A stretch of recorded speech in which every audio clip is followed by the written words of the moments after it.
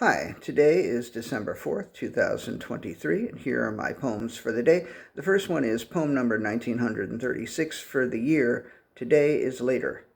I was mesmerized by Stephen Tunney's paintings and Dogbowl's performance at Stephen Tunney's opening at Newton Gallery, 99 Canal Street last Friday, but I was momentarily distracted by a shadow on the wall of a curious configuration of pipes.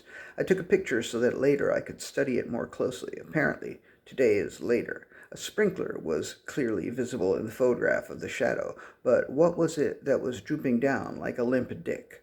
I will have to go back to the show and have a closer look, but that's okay, as I would like to spend more time with the paintings, too. Poem number 1937, Something Seemed. Something seemed to shift, and her reaction was swift, but because she wasn't sure if something had shifted, she wasn't sure if she should still feel sad after the feeling lifted.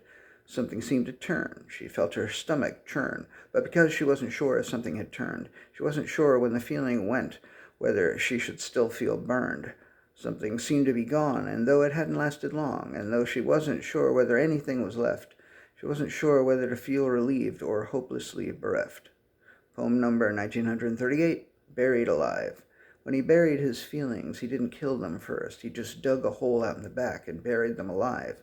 And come the next full moon, they rose up out of the grave and came in through the kitchen window creeping and floated up the stairs where he was sleeping. They choked him and knocked him out and dragged him out to the back and threw him in the hole and buried him, but they didn't kill him first.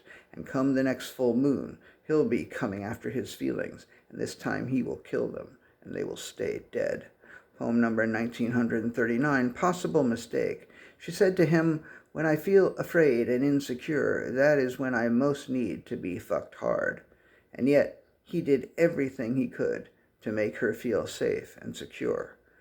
And the last poem of the day, poem number 1940, For as Long as Possible. They wanted to be wanted by someone they wanted, and they wanted to want someone who wanted them, and they wanted to stop wanting those who didn't want them, and they wanted those who they didn't want to stop wanting them. There was nothing complicated or weird about what they wanted.